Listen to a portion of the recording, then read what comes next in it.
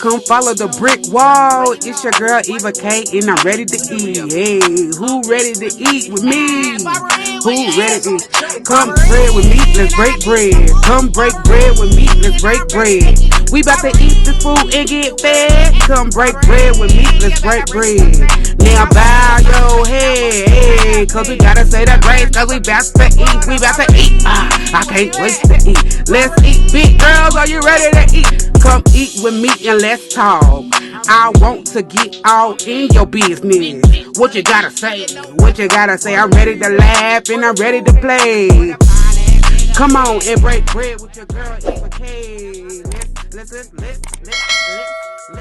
break bread. Hey, it is your girl Eva K, and I am here with Mr. Mike Macbeth. He is a music producer, songwriter. We're going to get into all that. We're switching up the vibe today because he brought me into his home, well, to his studio, which is lovely.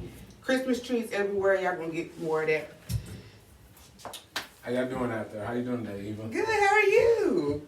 Blessed. I'm blessed to be on your show and just blessed to partake. And I can't wait to feed you some of my banging homemade shrimp and noodles. And it smells so good. Got the whole house smelling good.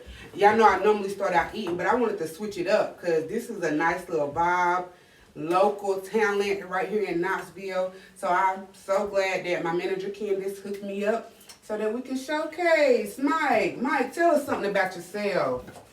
Where you from? All that. My name's Mike Macbeth. A lot of y'all know me on Facebook as Just Strong Man.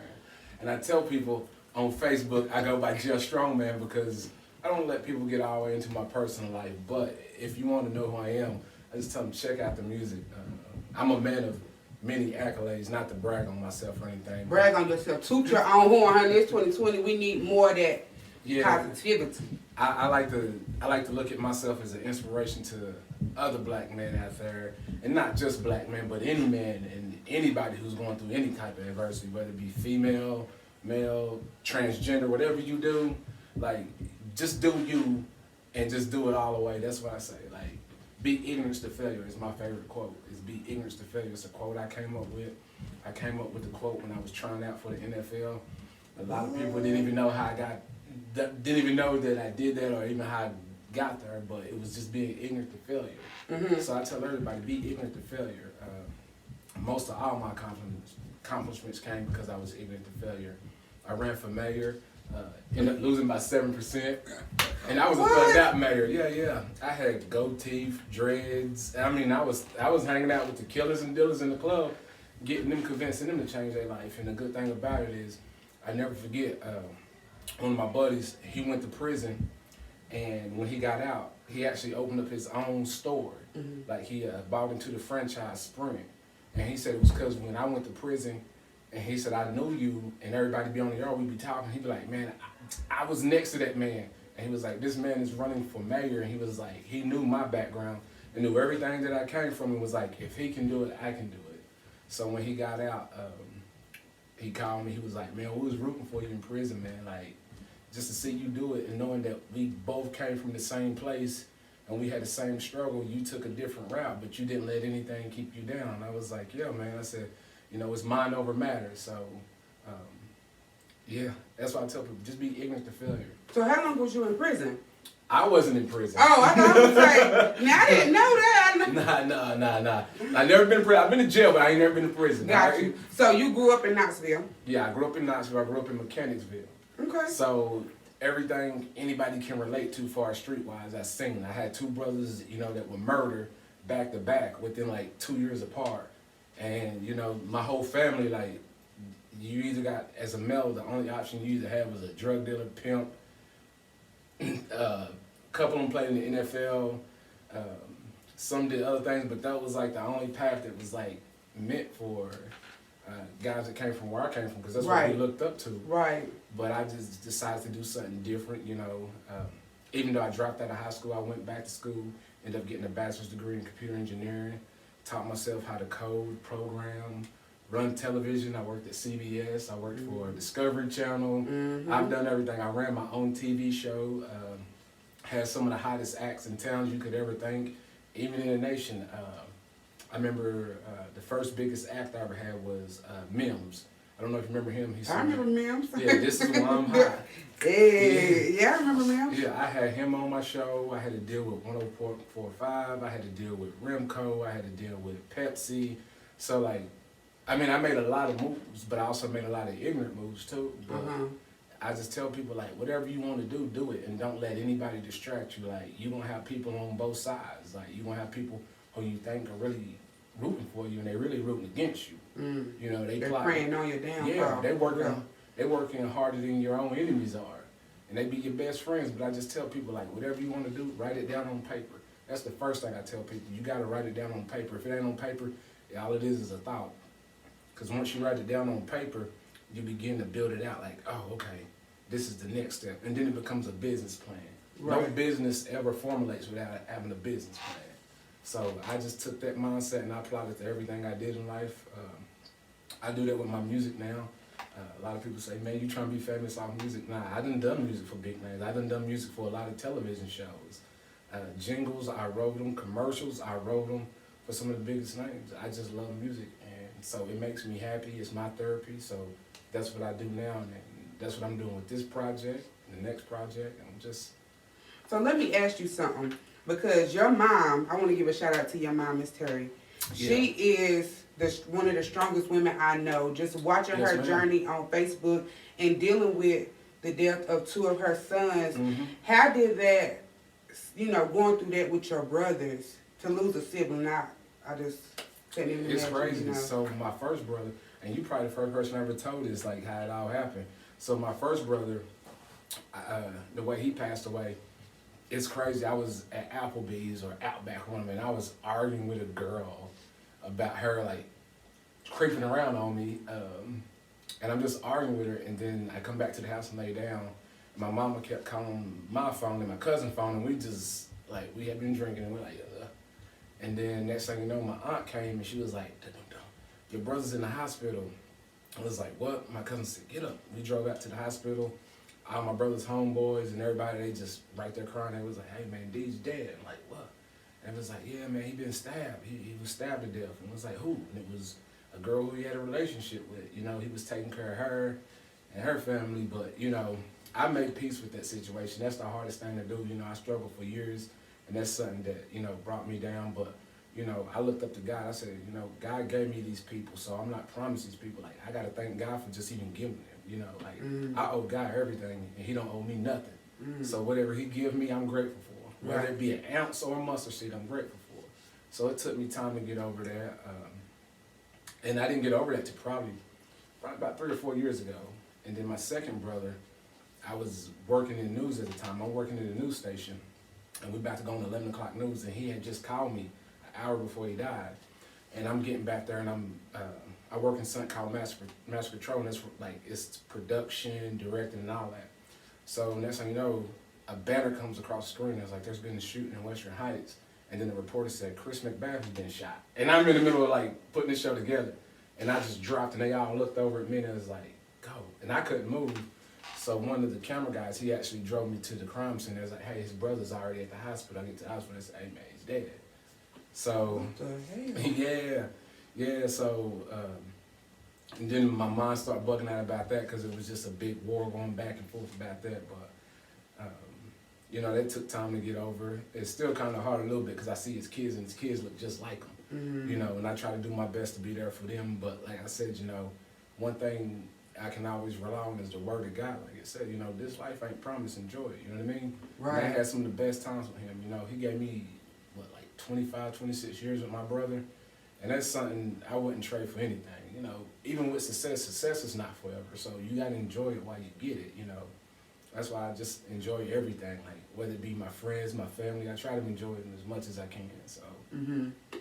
So how was your journey? Because that's deep. You know what I'm saying? Like I said, dealing with the loss of a sibling. I lost a sister when I was younger. So just that whole trauma, and always thinking of the what ifs and what happened and all that keeps replaying. But growing up, from y'all being young, you didn't finish high school. Yeah, I didn't finish high school. But you went back, and then you got your engineering. So how did you go from being a high school dropout to trying out for the NFL and then going to college and all of that? It's a beautiful story. I dropped out of high school Cause I always tell kids this, man. That's why I'm hard on my daughter for school. She'll tell you like, I ride her on it, and I'm just like, baby, I want you to be more successful than I am. I'm hard on all my kids. And how many you have? I got 4.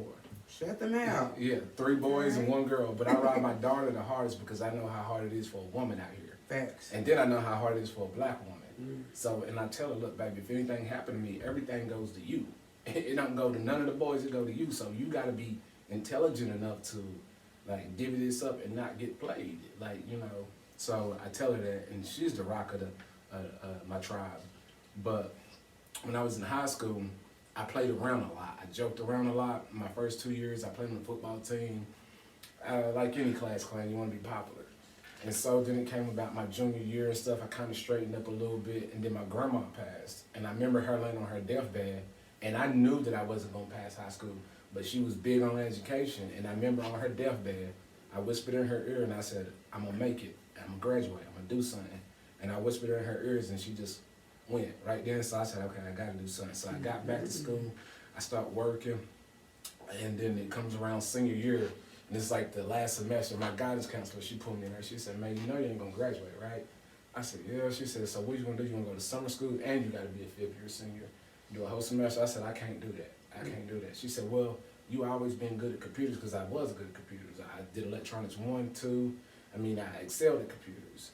And she said, well, you should looking like going to ITT or something like that. She said, go ahead and take your ACTs, SATs. So I scored real well on them, and then I had to take a test to get into ITT, and I ended up passing the test. I ended up passing the test with better grades than my high school teacher. And he was like, this is meant for you. Because as a kid, that's all I did. I used to tear TV sets apart and build them back together.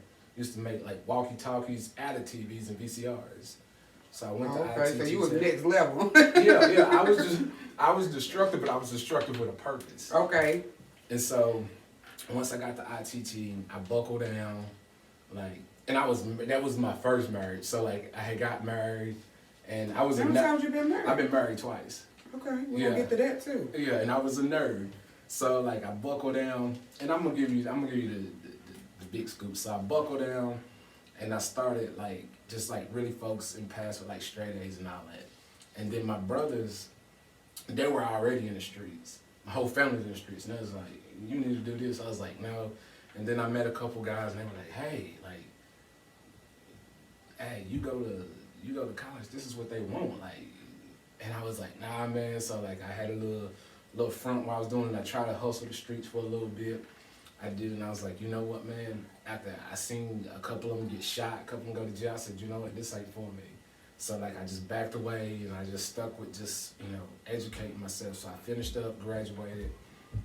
Once I graduated, I'm working at the TV station, and I was living fast, but I wasn't living like street life fast. Like I was a party fast. Gotcha. In the clubs, drinking, chasing whatever. And so while you was married, you was chasing whatever? No. This is what made me get married. Okay. Yeah. So like I'm living this fast life, and I've always like tried to like find like a spiritual mentor. And I remember I'm talking to my buddy one day, and this is after like just getting super drunk. And I'm telling my buddy, I was like, dude, I don't want to continue to live this life. I need something. And he was like, I'm going to turn you on to my mentor. So I talked to the guy, and I was like, I want to change. He was like, you're not going to change until something bad happens. And I was like, but I want to change. He was like, I can't give you any advice. This is your path. You got to live it. I can see how strong it is in you. You have a yin and a yang, and you're strong for both sides. So I ended up living my life. And then I remember my sister, she's a preacher, so I ended up going to her house to get my hair done because I had dreads at the time. Good. And she had one of her friends over at the house. And I remember I was like, dude, tell that girl I'm going to marry her. And the girl was like, no, your brother crazy. And my sister was like, yeah, he crazy. You don't want to mess with him. And then I just remember I called her every day, was like, hey, can you pray for me? Even though I was going out in the streets, and this time, like, I was doing, like, club promotion. I was doing, matter of fact, I had brought Gucci Man in. And I remember I had called, I was like, man, I got Gucci right here. You want to speak to Gucci and him? And she like, and like, I'm just living, like, I'm trying to impress her with this stuff. And she wasn't really impressed by it. And then my brother had passed away. And I was like, something's got to change. Like, I was like, all I could think about in the back of my mind is when that guy told me something big has got to happen for you to change. So I decided to just leave the street life alone and all that. And I decided to settle down. And then I was still a big guy. And so I remember I was sitting in the house one day and I was like, man, like my stomach and all that was hurting. I couldn't breathe because I used to get real bad ulcers. And I go see my doctor and he was like, man, ain't nothing gonna help you but to lose weight. You gotta lose weight. Plus you smoking and you drinking, like you got to lose weight. How big were you? I was 315 pounds. And so I was like, okay. So I went outside and started walking and I was like, I like this. But it's cold outside. I'm big at the time and I'm like, I can't keep doing this. Like this outside is killing me. So I said, I'm gonna go to the gym. So I got into a gym, it was called Snap Fitness. I started working out for a week. Next thing you know, I was like, man, I like this. I said, what's gonna keep me in the gym? I need something to motivate me. Anytime you do something, I always tell people it has to be bigger than you. If it ain't bigger than you, you ain't gonna see it all the way through. Yeah, because mentally you're not ready. Yeah, it has to always be bigger than you. So I was like, I wanna play in the NFL. So I'm working out every day, I'm losing weight here and there. And I never forget this, I go into the sports office at the old job I used to work at Channel. I go in there, and I remember it was a couple sports anchors, and I was like, man, you look really good. I was like, yeah, man, I'm just working out. I didn't tell nobody. That's always been one of my philosophies, too. Like, if you do something, do it in secret. Don't tell nobody till it's done. You the third person this week that done told me that. Yeah, it's true. I swear, a girl told me that in a Bible study. And every time I applied that principle, I've always been successful. Because when you tell somebody, you start, like, inviting in energies. All you need is your one energy. So, wow. I didn't tell nobody. I just put in the work. And they were like, you look good. And then the sports intern, he had overheard me one time in the back one day, and I was talking about how I'm gonna go, and I was talking just like to myself, because I used to like just pump myself up mentally. He was like, yeah, he think he gonna go to the NFL. The sports guy said, well, shit, he look good. I think he can do it. The dude, the intern was like, he old as hell. He ain't been in high school like 10, 12 years. He said that. I ain't say nothing to him. I walked out, finished work, went to the gym that night, laid on the floor. And I got the video I can show you too when I was in my NFL thing. So like I'm laying on the floor and I just start crying. And I said, God, I don't know how you're gonna get me there, but you're gonna get me there. And I said, pick myself up. And I started working out. And I worked out for about 4 hours at night. And I just kept working out. And by this time too, I had tapped into my faith. I tell people, when you tap into the faith inside of you, like I don't know what it is, like it's a spiritual high you get, like nothing can touch you. Like I promise, and I still, to this day, I try to find that high. But it's a high that I've never experienced before. So like, I'm studying, I'm in my Bible, I'm having Bible study every day. Working out, I done cut off all my friends, drinking, everything, got on social media. I don't even remember, I didn't talk to my family for like a year or two. Wow. And so like, that's all I did. I live, sleep, breathe football, read the playbook, pick my daughter up from school, we'll come home, watch Good Luck Charlie, make dinner, I go to the gym, she go to bed. Back, drop off at school in the morning, same routine. So my cousin came by one night. He was like, hey man, let me get a beat. I said, okay, because I love music. Whatever I do, I'm going to always play because it's just therapeutic. So he looking at me, I'm making a beat. He like, dude, you look really good. Like, what you been doing, man? I was like, just working out. And he was like, why you working out? I was like, bro, I'm going to the NFL. Because like, I pushed him too, like in his music thing. I took him to Atlanta. We spent money on him and everything. And so I was like, okay. He was like, bro, you're not going to the NFL. Like, he gave me that famous quote from Killer Season. They make niggas to go to the NFL. Be whatever camera I said. So when he said that, I get a call. Hey, this is Steven such and such from the NFL. We heard you've been calling every NFL team every day, because I did. I literally got on the phone every day at the crack of dawn before I went to work. Hey, my name's Mike McBath. All I do is need a shot. And I never forget, I talked to this guy from St. Louis and Duke Tobin from the Bengals. I'm talking to them, and they were like, are you going to keep calling? I was like, yeah, I'm going to call every day. You weren't taking no point? I wasn't taking no. Wow. And he said, do you got any video you playing? I said, man, I ain't played since high school, and I don't even know where that footage at. But I'm working out every day. He was like, it's going to be an uphill battle. I said, I'm running hills every day. And he was like, I like that. So that right there, I spoke that intuition. So like months later, this is when I get the call. They said, hey, come down to Atlanta. When you come down to Atlanta, it's the regional combine. You got your room. We're going to put you up in here. You're going to get to work out for all 32 teams, blah, blah, this and this and that. What? Yeah, so I take my family down there, like me, my daughter down there with me, and like they put us up in just the most luxurious place. And I remember I couldn't sleep. So I go downstairs and I'm just opening up, I'm reading the playbook, trying to study the plays and everything. So the director comes down and he's like, hey, that's just work. But he's like, hey man, he's like, I heard you the guy that's been calling every day. I said, yeah. And he was like, why ain't you sleep? I said, man, I can't sleep. I ain't slept since I've been here. And he was like, well, you might want to get some sleep because you'll be tired in the morning. I said, dude, my adrenaline is so high, I don't think I can sleep. So he was like, tell me a little bit about yourself. So I was kind of telling my background. He was like, hey, do you mind if we get like ESPN and NFL Network cameras and all that to follow you around? I said, I don't mind, man. Like, you know, you just need some footage or whatever. So I'm getting in there, I do my workouts. I end up tearing my leg up and stuff. So I finished my workouts. So I'm getting ready to walk back to the car. They're like, hey, 84, come here. They're like, go over there and sit down. And I was like, okay. So I go sit down, and then they're like, putting the mics on and shit. He's like, we're about to do a full interview on it. I was like, okay. Oh, wow. And so they asked me about my journey, so I tell them. And I remember, now I was in the video of my cousins and them claiming for it, because I told them, I was like, man, I was going to cry. I was like, I'm going to die out here. That's literally the only way you were going to get me out this field, because I tore my leg up while I was working out. And I seen them send dudes home. And if you didn't have no big name down there, you gone. So I'm like, I ain't got no big name. Like, I got to die out here. Like, I didn't come this far for nothing. Like, literally, I was willing to die out there. Like, that's the whole point. Like, some people say, oh, I die for this. No, I literally meant it. You meant that? Yeah, and so I tell them that. So then I go back to the hotel. I'm just, you know, chilling and all that. And then I just start getting calls from everywhere. Green Bay, Tampa Bay, type. Hey, won't you come, can we get you to come do a workout? Can we get you to do this? Can we get you to do that? I'm still working out, staying in shape, getting prepared, but my leg was tore up. So I hurt my leg, and the doctor was like, you need to just go ahead and get these cortisone shots. And they help, but like when you get cortisone shots, you still gotta rest. But I remind you, like I'm going back to working out and practicing all this just back to back. I didn't have any rest period. So even when I got the shots, I was supposed to rest, I didn't rest. Hurt my leg again coming back, working out to make, to get ready to try to like, you know, get on the Green Bay squad to make another team. And once I hurt my leg that time, I was like, man, fuck it. I need a carb. Because I went a whole entire year without eating a carb. First thing I did, I went to Burger King. I got a number 1, a 2, a 3, a 4, and a 5. And then I got 2 milkshakes on top of that. Because like I stuck to a diet to the T for a whole entire year. Everything, no carbs. I maybe had like 5 grams of carbs here and there, but like I had no cheat meals or nothing. Like I was that focused. And I was like, man, I can't wait to get this damn Whopper. And man, I tore into that Whopper.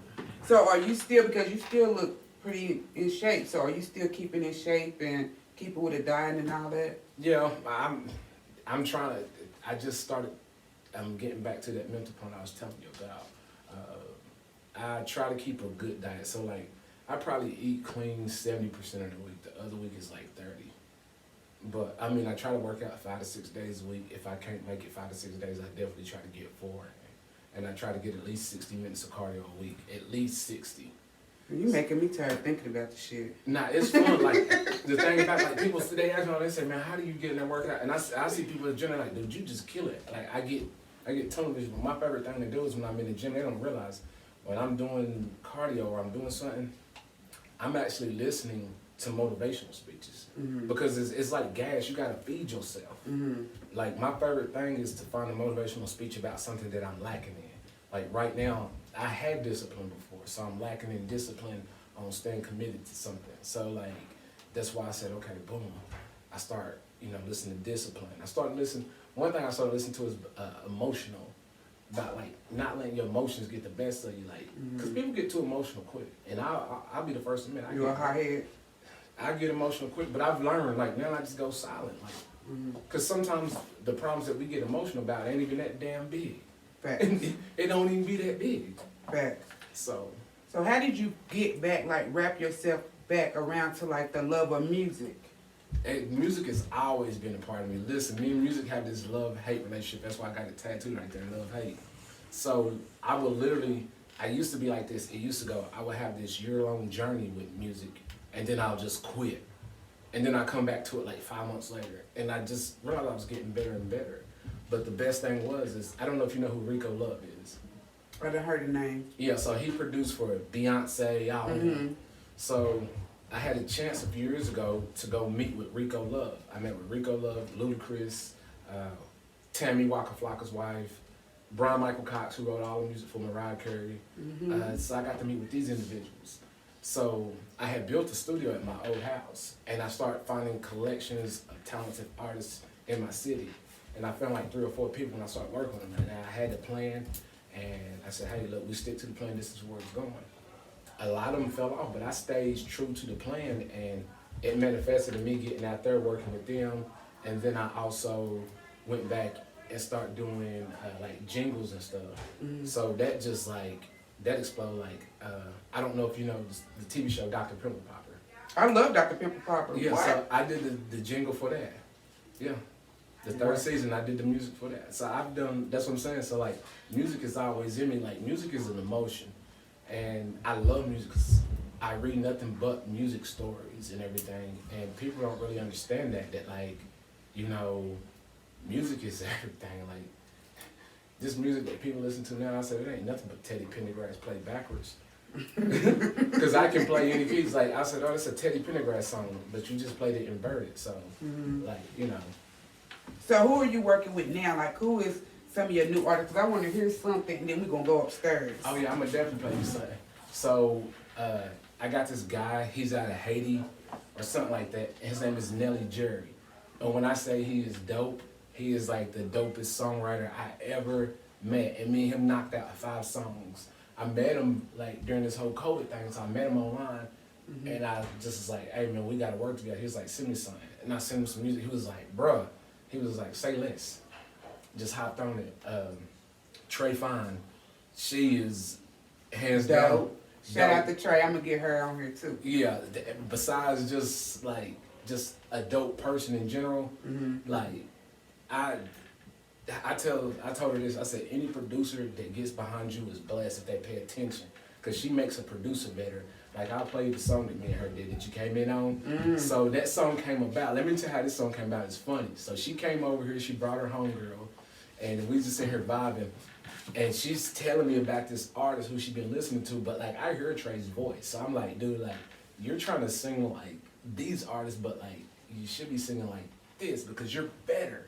Like, you are an actual singer. These are not really singers, no disrespect to them, but they're just harmonizing. You can sing and harmonize.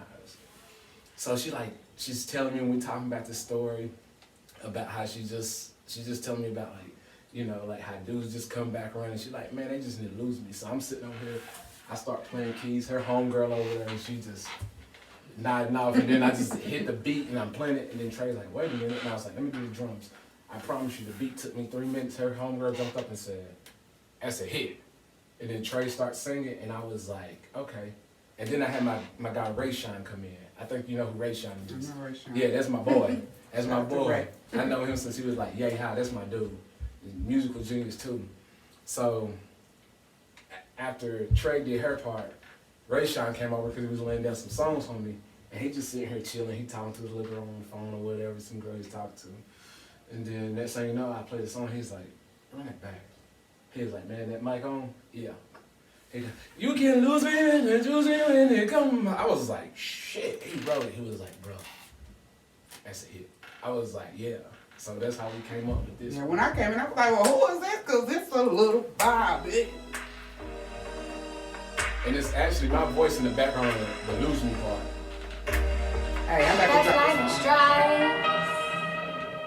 You say you be home at 5, but it's late into the night. Baby, where you been? You said that you was chillin' with your guys. I hit them up, said you wasn't down on the block late at night. I was creeping by, I see your car, nowhere inside. But you know what? I ain't stupid, baby, no. I know who you been texting lately, though. You think you coming back around? I don't want you bringing me down.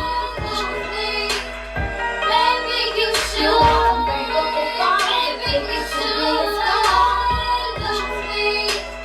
Baby, you should. You fool me once, won't fool me twice. Stop your shameless open ties.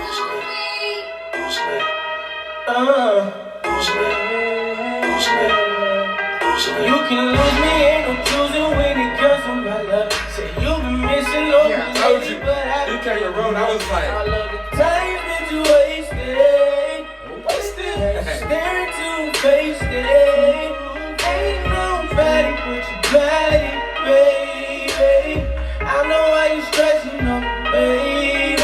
If I told you I was fucking with you, then you shouldn't drink another girl. Okay, let me on this shit. Thank you coming back around. Baby, you should.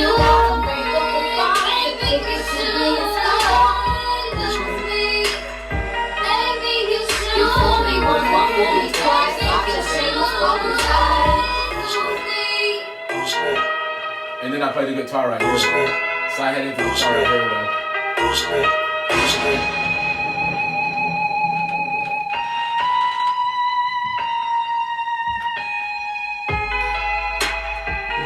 This is definitely a vibe.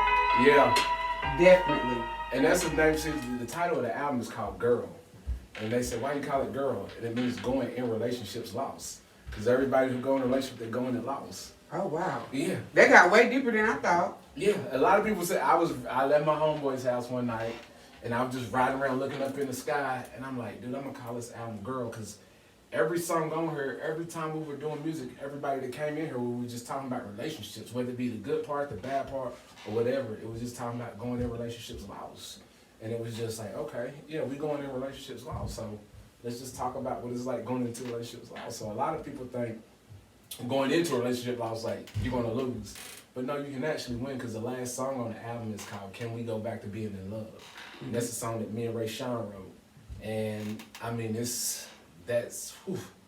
Hey, That sounds deep, though. Yeah. So, let me ask you this, because earlier we spoke about you being married twice. Mm-hmm. So, you know, how did that come about? You know what I'm saying? You ain't got to get too deep if you don't want to, but I like when people get deep. Nah, I'm an open book cover if people just sit and take the time to recognize it. But the first marriage, and you won't think this is crazy, but I got married because the Lakers lost. Now, I'm a big-time Lakers fan. I am probably the biggest Laker fan you would ever meet. Can you please make it make sense? Yeah, so I was in high school, and it was like the month before graduation. And she was like, hey, your Lakers lost, what are you going to do now? And I was like, I have nothing else to live for. All my friends are going off to school. I don't care. She was like, you want to get married? I was like, I guess so. I was like, can you pick me up in the morning? Because I didn't have no car. She was like, yeah, I'll pick you up in the morning. I said, let's go to the courthouse. So we went and got married. I came back to my mama's house, moved all my stuff out. My mama called my best friend. Have you seen Jermaine? He was like, oh, yeah, he got married during lunch. She was like, Dude, what? Yeah. Oh, during lunch in high school. Yeah. Yeah. It lasted only a year. Barely a year. But that's still, like, to this day, that's one of my good friends, man. It's my barber. She cut my hair / my therapist. We talk, man. We cool. Matter of fact, she about to get married and she about to have a baby. So, you know, shout out to y'all. So. Okay, I have to ask. Is she white? Nah. She Hispanic. Hispanic? Yeah. That's some different shit now. Yeah, it is. It's some real different shit. That was real different. Now, what about, so y'all didn't have any kids together? Nah, we didn't have any kids. It only lasted a year. Okay. Yeah, and I wasn't, to be honest, I wasn't even man enough to be in a relationship. I wasn't even boy enough to be in a relationship. So, you know, it was really my first relationship. You was out here married like that? I was all the way married. So what about your second wife? My second wife, like I said, I met her through my sister, and we was married for like 8-9 years, somewhere around there. How old are you? I'm 35. Okay. Yeah. So, I mean, it was cool, but, you know, I always tell people, you don't really know people until your back is against the wall. You want to find out who somebody really is, go through some shit. Mm-hmm. Like, go through some shit. Go through some shit with somebody. And if they stand through the end, whether they flip up, change, like, you see people's true colors. But, you know, it was kind of rocky, but, you know, we got back on cool terms. We're real cool now. Like, that's my dog, too. Like, we real good friends. Our whole mission is just to make sure the kids are right. Like, all four, not just two, all four. And all four of your kids is with? No. My daughter is with the girl who I was with before her. I got you. And now my son, me and my ex-wife, we had broke up. Like, when my brother had passed away, I was like, look, you kind of got to get away from me. My mindset is different. Like, I ain't thinking. And so I had met my son's mom, and that was just, you know, that was something else. So, you know, but we cool too. Like, me and her husband get along, you know. It's all about the kids. It ain't never about the adults. That's why I try to tell these young folks. So many layers.